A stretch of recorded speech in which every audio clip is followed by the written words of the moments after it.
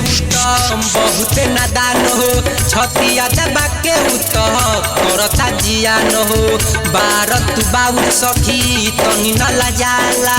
लगे हुआ में तम बहुत गिजेला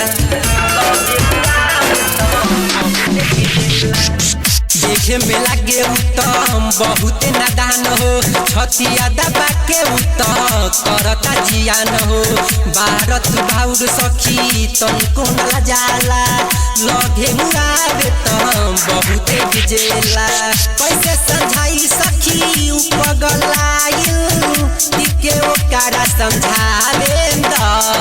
रतिया में तुरले बाके किली कहले भीतरी घुसावे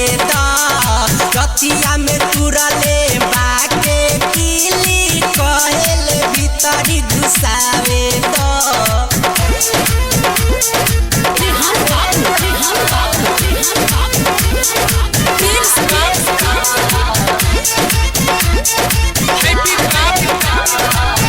आप सुन रहे हैं ARS फिल्म भोजपुरी को। राइटर रामू सैयाम बात तनी मानी देवराय नारी पलटे पलानी चुमल चाहेला दुनु हम गाल के देता हमारी जवानी डीजेला राइटर रामू सैयाम बात तनी मानी देवराय नारी पलटे पलानी चुमल चाहेला दुनु हम गाल के देता हमारी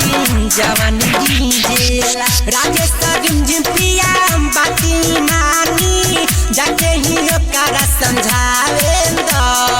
रतिया में तुरले बाके किली कहले भीतरी घुसावे रतिया में तुरले बाके किली कहले भीतरी घुसावे।